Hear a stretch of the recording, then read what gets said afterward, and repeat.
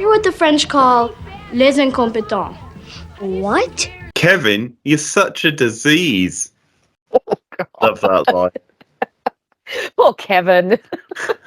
The siblings, man, in this movie. Oh, not just the siblings, the whole family, man. Happy holidays, guys. In case you weren't clued in based on that, we are doing the original Home Alone movie today. So from 1990, starring a very young and unknown at the time Macaulay Culkin as Kevin McAllister. A bit like when we did Die Hard last year. Really, I don't need to explain the premise of Home Alone. Kid's family goes to France for the Christmas holidays. He has a big bust up with them the night before. He makes a wish. Then his family disappears. Lo and behold, the wish comes true because they're rushing about the next morning. He sleeps in. They leave without him. And that's the whole premise. Then they're off to France. And they only realise on the plane, you've got the famous line from the mother, Catherine O'Hara, where she screams, "Kevin!" Yeah. And that's the moment where they realise then they've left him home alone, coming of age of him learning how to fend for himself, defend his whole house against the wet bandits, The bandits crooks of the movie, played so well by Daniel Stern and Joe Pesci. Bit of a gamble for Joe Pesci at this point because he was known more for the mob style, more dramatic style roles, and this would have been a very early venture into comedy for him. Yeah.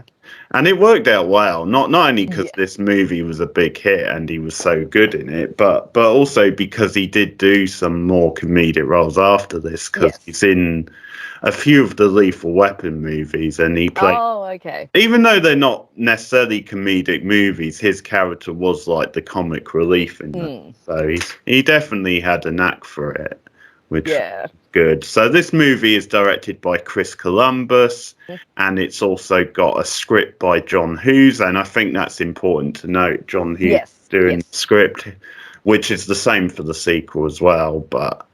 Yeah, that's the setup for Home Alone, and like Mad Fools, we're actually planning on doing all 6 Home Alone movies over the Christmas period. Yes, believe it or not, there is 6, and I'd only ever seen the first 2 before. So Me too. Me too. There you go. So this is very interesting. But being the sort of age we are, me and Rachel both grew up on this movie, without doubt. So, Rachel, what do you think of the original Home Alone? Man, I think the 90s were just a wild time. Kids' movies in the 90s. I mean, let's really think about this board meeting, all right? Someone sat down and said, hey, let's make a movie based around child abandonment and neglect that also includes 2 adults trying to kill a child, but let's make it a fun Christmas film for the whole family. You just gotta wonder. Look, Home Alone, like you said, given the generation that we are and the time that we grew up, I mean, I was 5 when the first one came out. Surprisingly, I actually saw the second one before I saw the first one. I saw the second one in the cinema and then saw the first one on home video. Oh, so, really? Lost in New York was the first one I saw. So there's always that 90s nostalgia when you watch this. And as people would know if you've watched videos of ours before, I have huge nostalgia for the 90s because that was essentially my childhood. I went from the age of 5 to 15 in the 90s. So it was literally my childhood. So I will always have nostalgia for this time. So I enjoyed watching this movie because it is a classic for a reason, you know, definitely plays into the Christmas theme. Like you said, Daniel Stern and Joe Pesci as the wet bandits are just so good. Joe Pesci in this movie is honestly, I think the best thing about the movie. He is so good. That being said, like I said, because the 90s were a very different time, I spent a lot of this movie just going, what is wrong with this family, okay? So first of all, you have the Uncle Frank, is it? He is just such a dick. What a douche. I know! At one point in time, he calls Kevin a jerk. And I'm like, dude, you can't call an 8-year-old a jerk if you're a grown adult. What kind of behavior is that? When that? he gets the Pepsi all over it? Yes, yes. Like, I'm watching this movie, right? And I'm like, okay, look, I know that Kevin is like a little snot. Like, honestly, I wanted to wring this kid's neck a lot of the time. But his family are just like the absolute worst. And again, I know it was the 90s and I know it's a movie, but how do you leave an entire child behind? Like, I used to have big family holidays when I was a kid. I know they show like how it actually happened. Yeah, we'll get when we will get into it. But by the same token, it's just like, oh my God, someone called Child Protective Services on this family. Like, they literally left a whole ass kid behind. But look, I had a lot of fun watching this movie. It's, you know, you can definitely tell it's a John Hughes script. Like, it's got that kind of humor and warmth to it, and the kind of characters that you'd expect from a John Hughes script. Chris Columbus went on to direct the first 2 Harry Potter films, so you can definitely feel that kind of family feel that he can bring, and that it's a very warm film, I think. Home Alone, even though it is about child abandonment, it is actually, you know, it has that 90s warmth to it. Little Macaulay Culkin, I mean, you can understand watching this film why we all fell in love with him in the 90s. The kid's got like a charm to him that, even though Kevin, like I said, is kind of a snot of a character, you still kind of love him. And, you know, as the film goes on and he, you know, is setting all the traps, you're like, this kid's kind of an evil genius. Like, you can kind of understand the theory that some people have that Kevin McAllister grew up to be Jigsaw. Like, it totally makes sense. So I actually had a lot of fun watching this film, but I also had a lot of fun yelling at the TV and, you know, just going off about like, oh my God, just the awful family members and Kevin and the whole situation. But it's a fun cast. I particularly love Catherine O'Hara as the mother. I think that she brings a real warmth to the character, and maybe in the hands of a different actress, the mother wouldn't be as sympathetic. Oh, and I forgot that John Candy was in this film. I'm just chilling, you know, minding my own business, and I'm like, cameo as I was like, is that John Candy? Stephen was like, yeah, how did you not remember this? So many great cameos. So that was really fun. So I had a lot of fun watching this film, and as we discuss spoilers, we can talk more about it, but it really was just a nice kind of little nostalgic trip back to the 90s. What about you? Did you have fun rewatching this? Yeah, I did. I always have fun with this. It really holds up, and it's probably one of those movies that for me became more of a favourite over the years, like as I rewatched it more than it is. It's the perfect family movie, it's the perfect Christmas movie, and it does sum up the holidays. There's just certain movies that when the holidays come around you think of this movie, and and the TVs always tend to play it, so it's there's just certain movies that sum that up, and Home Alone really does it. But as I said, I think maybe it was a bit over time, because it's sort of funny. I was just sharing this memory on stream tonight, but like I remember for one Christmas, I think it was a Christmas, but me and my brother both got a VHS, and he got Home Alone and I got Turtles, like the Turtles movie. Nice. And because I was a massive Turtles fan. And, me too. Yeah. And that first movie holds up quite well, but like I think at the time it was that thing of he was more into Home Alone than I was, but then later, maybe because he was a little bit older than me, but I think maybe later I got into it and have rewatched it a lot. But yeah, it's such a good script from John Hughes, because there's a lot of charm to it. Macaulay Culkin, I mean, he can't really act, but he was just lightning in the bottle. He was the right bit of casting at the right time, because essentially he just got to play himself on screen, and that's why it works so well. Also, I take it you knew this, but his brother's in this film as well. Yes, Kieran. Kieran plays the bedwetting cousin, who people now know better for Succession, probably. Yes. Who, in the 4th season of Succession, he's amazing in that. Should be up for some awards for that. Catherine O'Hara, you're right, is one of the great mothers on screen, really. Yes. And what you're talking about with them leaving him and stuff, and we can get into the discussion about why and stuff, but I think it does help, like, just how she sells it when she realizes, and how terrible she feels, and just how frantic she is. Like, there's certain things you can pick at in the movie and say that's not quite right, or this isn't realistic, but her reaction and her desperation to get to her son and find out that he's fine, that is realistic, and I think a lot of mothers would relate to that. And I mean, everyone like hurries around her and supports her. It's only douchey Frank who is being a bit of a douche till the end. Give a pass to some of the maybe more unrealistic elements is because there's great cause and effect in the film. Yes, the way things there is. There is. And because even, I mean, we'll get more into the plot, but there are reasons for them forgetting him, like that the head count scene, for example, and a scene I never pick up on, but at one point, doesn't he throw his plane ticket in the trash or something? Yes, I noticed that this time. When he causes the accident in the kitchen, they wipe everything off the table. Yes, and you see his plane ticket. I mean, yes, you're right. There are a lot of cause and effects that I think very, very well like lay out how exactly they left him behind.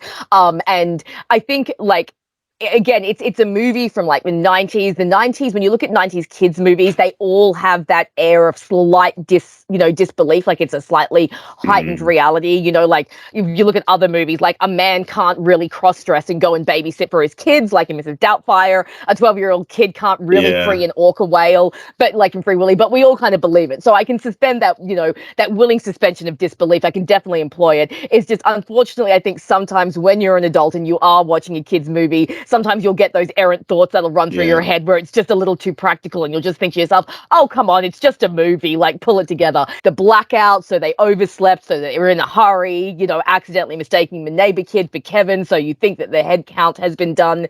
It is actually really well laid out, so that you see everything happen, and it doesn't feel contrived, and it's actually a really fun sequence of events to show how they get to there, and it all builds up to that great Kevin moment that you talked about earlier. So plus, oh, by the way, you got to love the adults flying first class and sticking the kids back in economy. Like that's the way to go, man. Well, that's the whole thing with this film is the father's a massive yuppie, and like I guess it's because it's that era, but it explains how he can afford to like fly the whole family, fly them all to France, right? And did you see the house they live in? Like, what exactly does Kevin McAllister's dad do that he can afford that house and take his whole family I don't know to France? what he does, but he must be a serious yuppie. Yes, definitely. And that's John Hurd, who's been in a bunch of things. John Williams, of course, does the music. I have to mention him. Another beautiful score.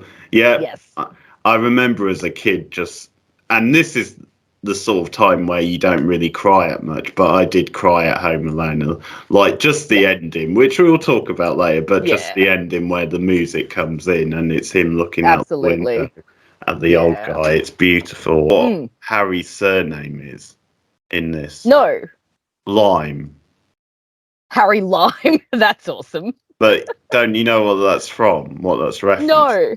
The Third Man. It's the character in The Third Man. Oh, okay. Well, that's a cool reference. Yeah, I only realised when I looked this time.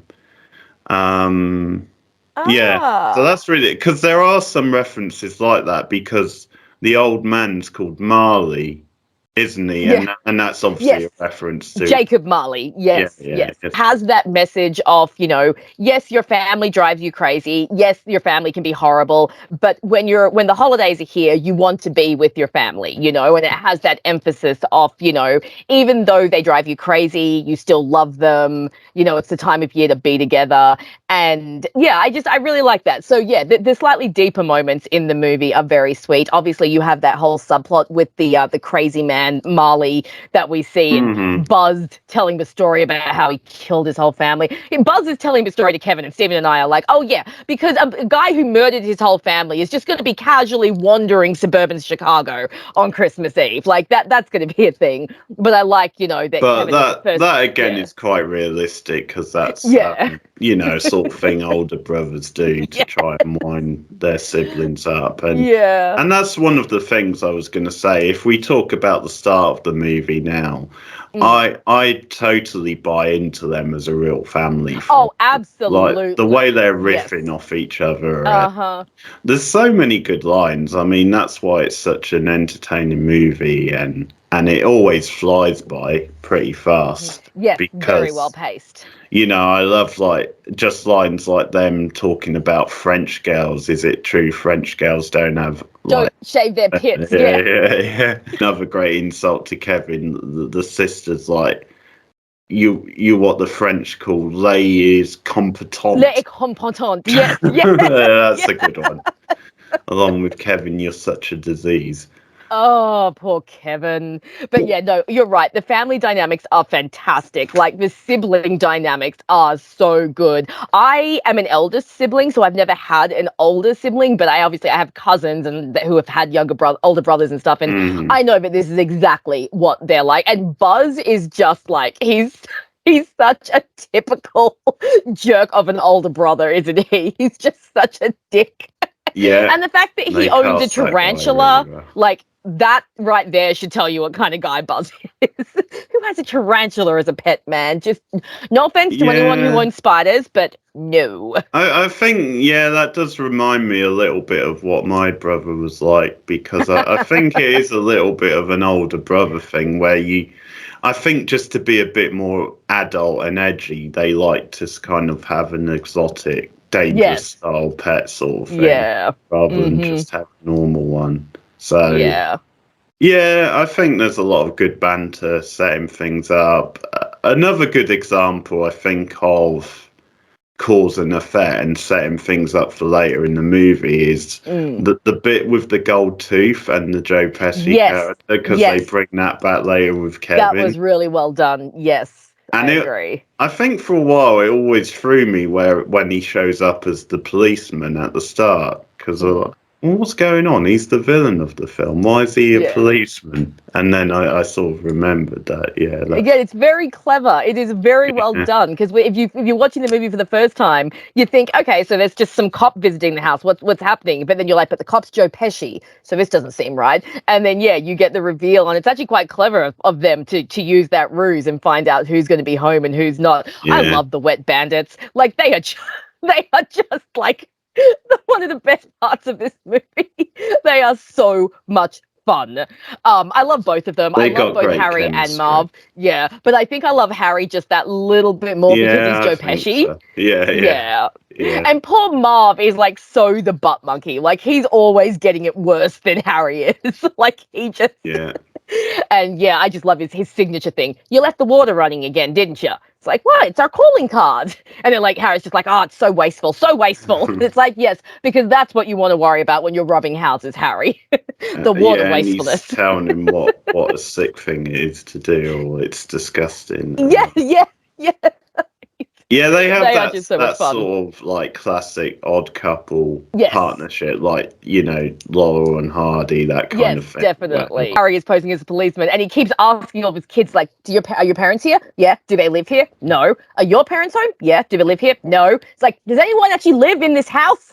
I just love it. Everyone just keeps running past him and the pizza guy. He's standing there for like a good 10-15 minutes just in the hallway, just like, is anyone in this house like doing anything? I think it really shows the chaos of the house, which then adds to the whole them accidentally leaving him behind. Because, and I mean, like I said, I grew up with a big extended family, very similar to this, and we had a lot of family holidays. And it can get really chaotic when you've got all the kids running around and they're all high on sugar and soft drink, and all the adults are trying to keep track of which kid is theirs and like which kid has gone where. And it really does become very much like this. And I think it's a really great portrayal of like that sort of chaos when you have a big extended family. And I remember when I was a kid, I couldn't tell which kids belonged to who. The only thing I knew for certain were that Kevin and Buzz were brothers. I think when I was watching this time, I said to Stephen, I was like, does he have any other siblings? And then we figured out, okay, no, there are 5 of them, but it took us a while to figure out which kid was which. Yeah, this was going to be a question to you, because Kate and what's the father's name? Peter, I think. Yeah, Kate and at the most they're only in their early 40s, and they already seems to have 4 kids. Because also the one who's counting the head, is she one of theirs? I think she is. Yeah, so I think, and she's pretty much grown up. Yeah, well, she's a teenager. She looks like she's at least 17. Yeah, and Yeah, Buzz looks yeah, like he's like definitely. 14 or something. So yeah, the parents definitely got They started must early. have But I been guess busy, yeah. if they got married in like the 70s or the 80s, that would make sense. But Kevin pulls a photo out at one point, and I'm pretty sure they have 5 kids. So there's Kevin and Buzz, there's 2 sisters, and then there's a brother. And I think that Kevin is the middle child, which definitely fits because middle children, they often get very much ignored, you know. So I think that fits the narrative of him Yeah, being true. forgotten. Is you tend to, the middle children, there's that whole middle child syndrome thing where the eldest, you know, they came first, so everyone notices them. The youngest are the baby, so everyone notices them, but the middle children always forgotten. So I think that definitely works into, again, the bigger narrative of the movie, and of Kevin always being overlooked because he's smack in the middle. And it wouldn't surprise me if John Hughes pulled a lot of experience from his youth into the movie. Maybe you could maybe see that. Because I think probably in some of his teen movies he was using experience from when he was a teen, so he may well have done the same here. It's such an unbelievable movie at times, and I mean when we get to the next film, that really ups the ante when it comes to that. But do you think it's possible then there's a supernatural element to this movie that which is never like obviously made clear then that's, but just because he makes a wish, and I think it's partly the magical music which is getting me thinking, and it cuts to the night sky and it all feels a little bit like fantastical, so it just makes me, you could read it as that maybe literally his wish comes true, like something makes his wish come true.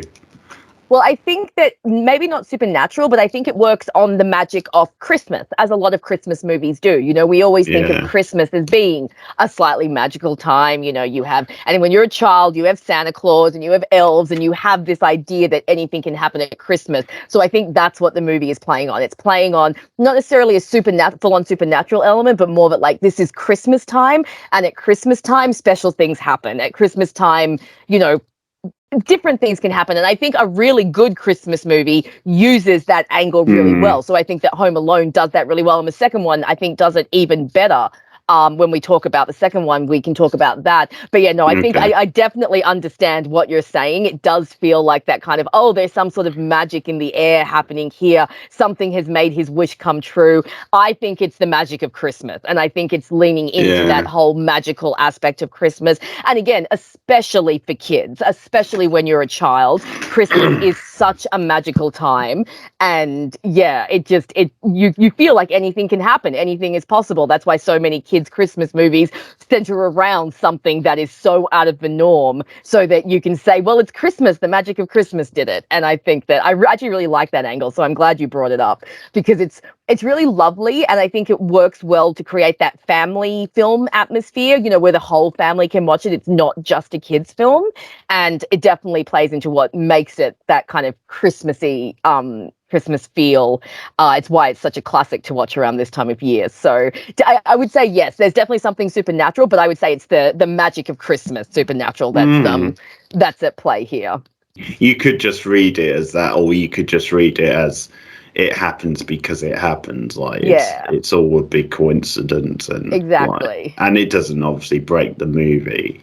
Like, but there's certain moments like that, because you obviously get the thing with the like the furnace when he goes down to the and that feels like a rare sort of horror moment in the movie. But I think that's relatable, you know. That's it is. As a kid, you get scared of these things. You get scared of machinery that you don't understand. And that furnace is freaking scary looking, man. If I was a 7-year-old kid, I'd probably be scared of it too. And I like though that they work that into like Kevin's journey in the movie is learning to not be scared of things. And that's kind of what brings him to the Marley character. You know, he learns that not everything that appears scary is actually scary. And, you know, like you said at the beginning, this is a little bit of a coming of age age film. So you do see Kevin grow up a little bit, because at the beginning of the film, one thing that they do emphasize is that Kevin's a little useless, like he doesn't even know how to pack his own suitcase. And they're all, kind of talking about that, like, Kevin, you don't know how to do anything. Kevin, you're so useless. Kevin, someone always has to look after you. So again, in this movie, you see him buying his own groceries and learning to take care of himself. And, I mean, it's a bit of an extreme way to teach a kid to take care of themselves, but it works. So I think that, that whole fear thing that he's got, and that supernatural element of like the furnace being really scary. And again, I think it really emphasizes that he is a child, and this is what you're like when you're a kid. You see something that you don't understand and you immediately think, oh my God, it's evil, it's bad, something supernatural is going on. It must be a ghost, it must be a monster. So I think it works really well. The scene on the plane, I like the way it sort of cuts between the two places, so it gives you that. And I just love the mother running through the things. What did we forget? What did we forget? Did we leave the coffee machine on? Did we leave the garage door? Garage open? Yeah, and he's like, yeah, that's what we forgot. And then she relaxes. Then she says, no, that's not it. And then Kevin, obviously that line. And it plays out very naturally. And Catherine O'Hara is so wonderful. She's so good. She just nails it. Anything she's in, I want to watch it because she's in it. But that's good stuff. I also fucking Frank again, because his line on the plane when he's like, what does he say? Something like, it's all right. I left my something or other. He says something trivial. Something like that's right. He forgot his he forgot something. It's like you can't compare that to a child, Frank. Come on. Or when they actually get to France and they're at the brother's house and he's like passing around a tray of something, and the wife's like, Frank, those are for tomorrow, and Frank's like, here you go. It's like, no, Frank, that's for tomorrow, and he's just like going about. Oh, Frank is such. And also the best stuff with Frank might be him getting his wife to put the spoons or something in the her. That's right. Yeah, he's like, put them in your purse. What the hell, man? Come on. I know. Frank is such a great movie, dude. Oh, plus you've got to love pre-9/11 American Airlines. Like, I love how this whole family can somehow make it to the airport, get through customs, and board the plane all in 45 minutes. It's like, that's not happening. Yeah, because they say that back at the house, don't they? Then because Frank's like, oh, we're never going to make that. Mm-hmm. They're like, we've got 45 minutes. I'm like, what about customs, man? Yeah, because normally when it's an international flight like that, you have to arrive 2 or 3 hours before the. Yeah. And I'm pretty sure it would have been the same in the 90s, probably. I think it's been that way for a while. So yeah, that's a bit. I guess they just wanted it for the excitement. Yeah, exactly. I mean, it's not really exciting to watch people sit around for 2 hours, trying to get through customs. So yeah, they would have plenty of time to realise Kevin wasn't there. Exactly. Oh, that's so funny. Another good scene with Buzz is when they're in the hotel and one of the sisters is saying, aren't you at least worried about Kevin? Yeah, and I love his reason, like his 3 reasons. It's like, we live in the most boring city in the world where nothing exciting will remotely happen. He said something like he's been asking for it and now it's biting him in the butt. And I can't remember what the third one was, but they were just like all really. I also love the way he lists them, because he starts out by saying A, and then he says secondly, and then he says like another third one. It's like, oh, Buzz, you're really not winning any awards at school this year, are you? Yeah. It's not right. And did you pick up on who played the ticket office person? Yes, that was Ali Sheedy, wasn't it? No, that's the next one. Sorry, this one was who was this one? Hope Davis. Yes, that's the one with her fabulous French accent. She was very good at that. Yeah, well, I think that's partly why I thought it was Julie Derpy, because it yes, does me look too. like I Julie did too at first. I was like, oh my God, I know Julie she's Delpy, French, but no, it's a young Hope Davis. So. Oh. Speaking of cameos, did you notice who, when the mother calls the police, which, oh my God, the police are so incompetent. It's like they hear that a child is by themselves and they're just like, oh yeah, all right, I'll just put you through to Child Protective Services. Did you recognize who the Child Protective Services guy is? that they were talking to? No. It was Mr. Heckles from Friends. Oh, okay. I'm not as familiar with Friends as you. Oh, So. okay. The guy on the phone, the cop, you know, the one with the donut.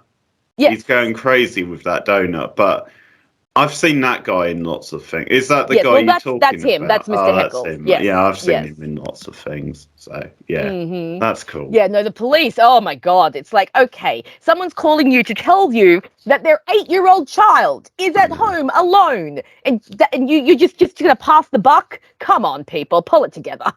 Kate, when she's on the other line of phone and she's getting ticked off at keep being, and she's like, somebody pick up. Yeah. Catherine O'Hara is so good. Like her comedic timing is really good, but like she also brings a lot of depth to the mother character and makes you feel for Kate a lot. And I really, like you said earlier, I really do like that. Like they show the whole family being concerned, but they show that Kate is worried to the point where she won't even leave the airport. Like I love that scene where she's trying to bribe some lady to let her have her seat. She's like, all right, $500 plus a first class ticket to Paris plus these earrings plus this ring plus this, and she's like just trying to give like everything to this woman to let her on the plane, and it just really shows her desperation to get back to her kid. Yeah, that old couple as well, that they've been in things. The okay. Well, the guy I know because he's in one of my favourite episodes of Seinfeld. There's an episode where they volunteered to like help the elderly, and he plays one of the people who the one Jerry gets stuck with, and he's just this grumpy old guy, and he's so entertaining in it. And you could see, like, the delivery in this movie, you can see that really, but is when he's like, "Oh, come on," and it's like she's got loads of earrings, like dangly. Yes, he's got plenty dangly, everything. She's got them. They're fine. Yeah. But yeah, it's a good scene, and obviously the stuff where they finally get. Well, she gets a lift with John Candy. Which is good, and yeah, that's a good cameo from John Candy, and I just love lots of good Christmas music as well, summing up the time, and so that's good. So if we move now to Kevin and some of that stuff, he starts to come up with like ways to just put people off before you get to like the main set pieces later on. Some of this stuff is just genius. I love him using like the models, but like putting them on a record player, and it's just playing music, rocking around the Christmas tree. The Michael Jordan cutout on the on the road. Yeah, that is so good. The kid's a little genius. Like seriously, the setup that he does is fantastic. It's so good. And yeah, the other example, which initially is just for the pizza guy, but he uses it later on. The movie. For the noir movie, which obviously has been made up for this, but yes, it has been written specifically for this. Angels with Filthy Faces or something like that it's called. But they deliberately filmed it for this movie. But yeah, keep the change, you filthy animal. Yeah. It will always be a great line. Yeah, that's one of those scenes where it's just so well done and so much fun. You just hand wave any like, this doesn't make sense. I mean, anyone can tell that's not really a gun shooting at you. I know, right? That must be a videotape or something. But you just hand wave it because it's such a fun, well done scene. Exactly. Plus, I mean, who's shooting a machine gun in suburban Chicago? Like, it was the 90s, man. I don't think it was that bad back then. But yeah, no, that's a great scene, and they set it up really well. And I think the good thing is, like, everything that Kevin sets up, it's like, yeah, it looks like really elaborate and over the top, but you could, if you stretch the limits of your imagination, you could feasibly consider an 8-year-old kid coming up with this, just having fun at home and coming up with all the ingenious, like just the way he puts up Harry and Marv is just, it's so well done. And obviously leads to all of the fantastic traps that he sets, which are just so good. This kid's like a little Rambo. Oh, at one point when he got the BB gun out, I was like, is that a real gun? Because Stephen and I were like, it's America. You never know. This could be an actual shotgun. We're like, okay, no, it's a BB gun. He's okay. He's fine. The kid's not playing with the shotgun at 8 years old. But no, I mean, it's the part of the movie that everyone kind of remembers are the traps, which is kind of funny because they actually don't take up much of the movie. Like, they're really just in the third act. It's a lot of build up to them, and then you have a lot of fun with them. But it is funny that that is the main part that everyone kind of remembers from this film. Yeah. Yeah. Which, in a way, is a bit of a shame because it's such a consistently watchable, fun movie. Yes. Yes. Again, it's cause and effect. It makes sense, and it's a credit that they are so memorable, and that's what everybody remembers. But at the same time, they would probably be less memorable if they overdid them. Yes. Yeah. It makes sense for the story. Then Kevin has to build to a place where he's ready to defend the house and face up to them and actually he needs time to come up with these things, and so that's really smart. And there's some good stuff obviously in the run up to it. I do like the shopping scene. I love when he's like pretending and he's buying this stuff for the kids, and like just stuff like she questions it a little bit, but like it's him getting around it saying my dad's in the car and things. Yes. And there's that fun scene. Well, just one, I love his curiosity at times because I like when he asks the woman in the store about like, is this toothbrush recognised? Is this approved by the debtors? And he's so serious about it too. He's like, can you check? So can you get someone to check? Trying to check, and that's when because he sees the Marley in there, and this is the point where he's still scared of him. So he does a runner. So and I like the Marley character because his journey with his character as well also helps set him up for the end where he's more confident because, he finally talks to Marley and it's that whole discovery like we're talking earlier of things that you think are scary are actually not as scary once you actually face them and confront them. And I think that him being able to do that with Marley then gives him the courage to go home and lay all of his traps. And of course, Marley comes in at the end and helps to save him. So I think it just works out really well. And it lays the groundwork. And I think everything in this movie just flows really well. Like you said, like not just the physical cause and effects, but like the narrative and Kevin's journey and all the steps that he takes to get to the point where he can defend his own house and, set all of those fantastic traps. And I think once you get to the traps, Joe Pesci and Daniel Stern are just like their physical comedy when it comes to those traps are so good. Like the part where Pesci's head's on fire and he just runs out and just head dives straight into the snow, and all of those moments are just so good. Yeah. By the way, just randomly, I did remember Buzz's third reason. It's because he says I'm not that lucky. That's such a typical sibling thing to say, though, isn't it? That's such a sibling thing to say. Those traps, the physicality, the slipping on the cars, the being smacked in the face with the paint cans, all of it's just so good. But man, Kevin's a little menace. Like some of these traps, dude, he'd be sending these guys to the hospital. Yeah, and this is one of those where, like, these traps and the end of the movie has become such a big part of pop culture and influence a lot of other movies, because I guess you sort of get horror movies now which are kind of doing the horror version of Home Alone, or just doing... Because the movie I saw a few years ago, Becky, and that has a little bit of Home Alone feel to it with some of it. And also, I guess that Christmas movie, Better Watch Out. Yeah. Okay. That's got a Home Alone sort of feel to it. But it is telling than a lot of other movies, and movies from different genres have like been inspired by this. But I think we'll talk more about this sort of stuff in the second movie where they obviously try and up the ante. But like, I think it says something. Then I'm guessing a lot of these were like they actually did the stunts themselves. Like it was practical. Actually physical, and I think that really shows to the point where there's a certain line there where you can question it a little bit and say, would they be surviving or would they not be crippled? And that's part of the fun because it's just like cartoony and you just enjoy it on that level. But it definitely helps, and they're physically doing a lot of it because it immerses you a bit more in it. But, yes, more convincing. But yeah, it's just so well thought out. Bless you, because like just him. Them trying to go in different ways and him coming through the window and stepping on the ornaments. And that is so the one painful. bit. That really does make me cringe because it's like, oh my god, glass. Just makes me think of a scene in Die Hard.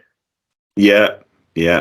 So there's some great use of different things, like the microcars. I mean, just to put something really simple, but it's just inspired. And actually, we haven't reviewed it yet, but it's one we're going to review quite soon. But Us. Yeah, you know, I was the thinking scene it I'm too. yeah, I love that line in Us. What are microcars? What's Home Alone? What's Home Alone? That is genius. That is so good. Yeah, and just stuff like the paint cans, like you mentioned. But yeah, this very fun slapstick. Script is so good, and those stunts are so well done. And like you said, it just has the perfect payoff. Then it's Marley who saves him at the crucial moment. Yeah. It's the bit I cry at. Like I mean, I still well up. I don't quite go the full hog. You get teary though. I get it. I do, like when the mother walks in and they reunite. It's so beautiful because. That's why you have to have them be at each other's throat so much. And because every time Kevin says the line about, something like, I wish I didn't have a parent or I don't family. I wish I didn't have a family. Yeah, I could make them disappear. I think adult, you really feels bad for Kate. But then later on, that's what makes them reuniting so well. And it's a gorgeous scene. And then you have that really sweet scene of Kevin looks out the window and he sees that Marley has reunited with his family because that's what they talked about, but he wasn't speaking to his son. And again, it's just a really lovely, that kind of magical Christmas feeling that comes in that like, Christmas, you can reunite with family and you can make amends. And I like that when the whole family comes back, they're actually kind of nice to him. Like even Buzz is all like, all right, Kevin, it's pretty cool you didn't burn the house down. Good on you. And then he goes up to see the mess that Kevin's made in his room, and you just hear, Kevin, what did you do to my room? And so, of course, you end on that very funny, lighthearted note that tells you that, yes, even though the family's back and everyone's fun, they're still the McAllisters, and it's still going to be, it's still going to be a bit up in the air and up and down. So I think it's a really fun ending, a very realistic, fun ending that definitely, if you're in the right mood, can make you teary. I totally get that. The music helps as well. That beautiful score that's so familiar and comforting and Christmassy at the same time. So just really, it's a great ending. Just a great, fun movie all up.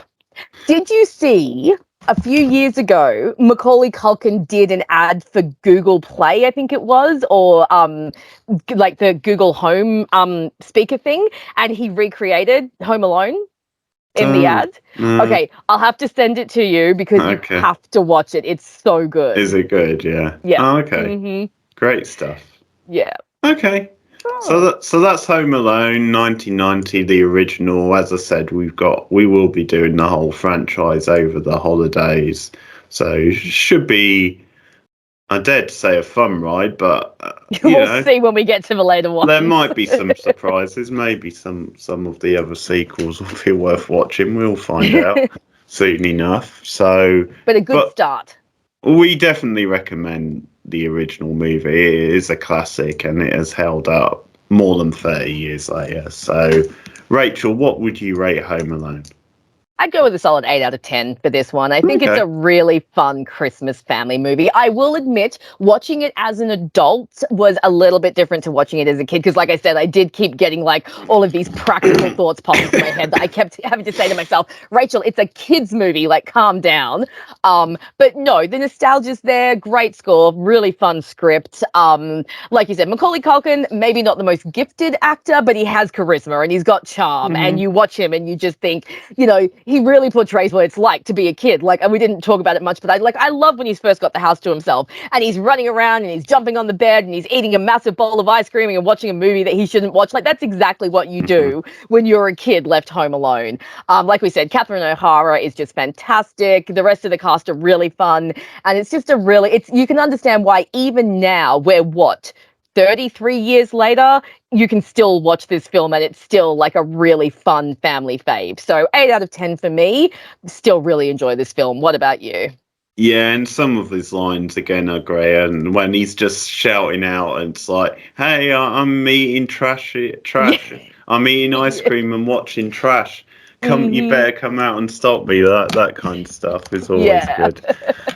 Yeah, this is great. This ticks all the boxes for a great classic family movie. Very moving, great characters, great story, great music, all the rest of it. The crooks are obviously memorable and so iconic.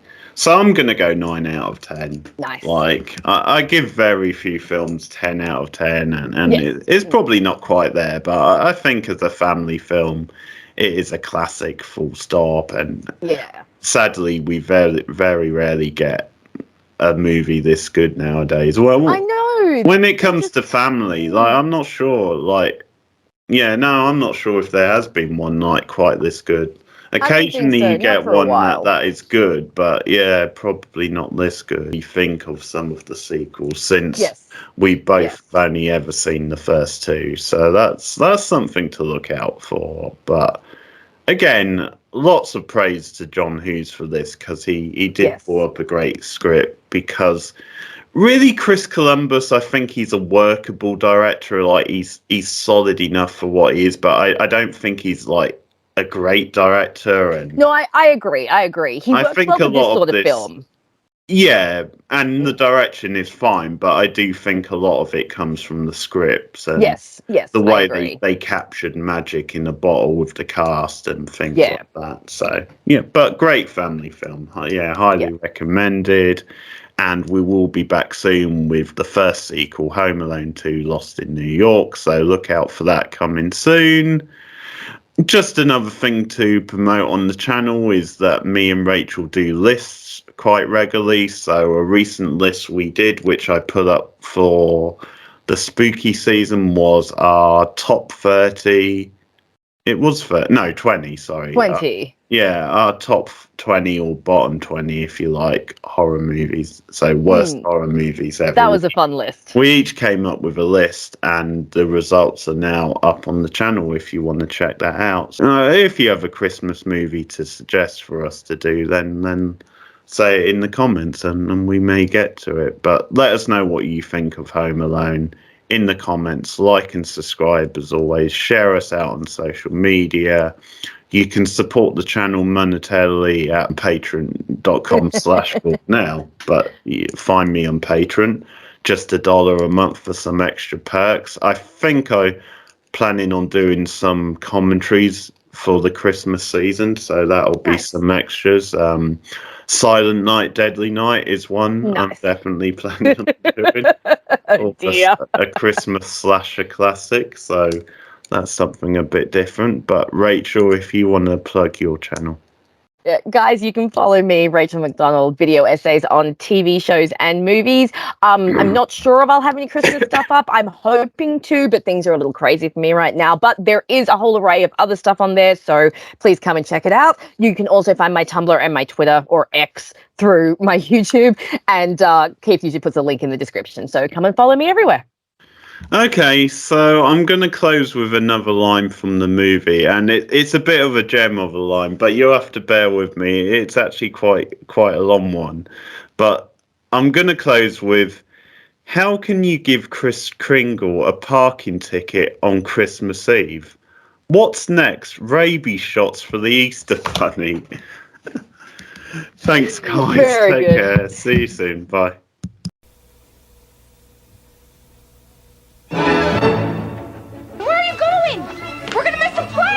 When the McAllister family left on their Christmas vacation... Did we miss the flight? No, you just made it. Yeah! They forgot one small thing. Have yourself... I have a terrible feeling.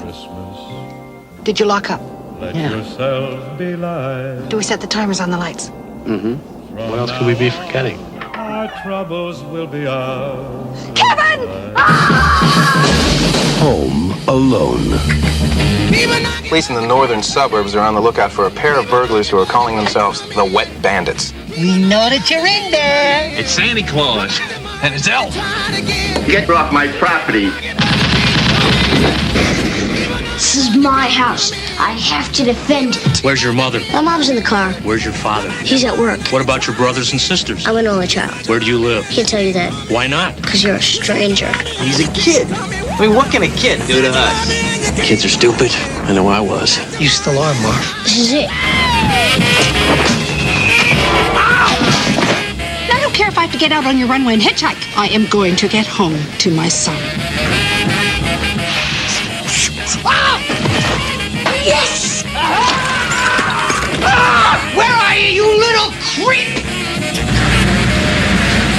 I'm gonna kill that kid! Why'd you take your shoes off? Why are you dressed like a chicken?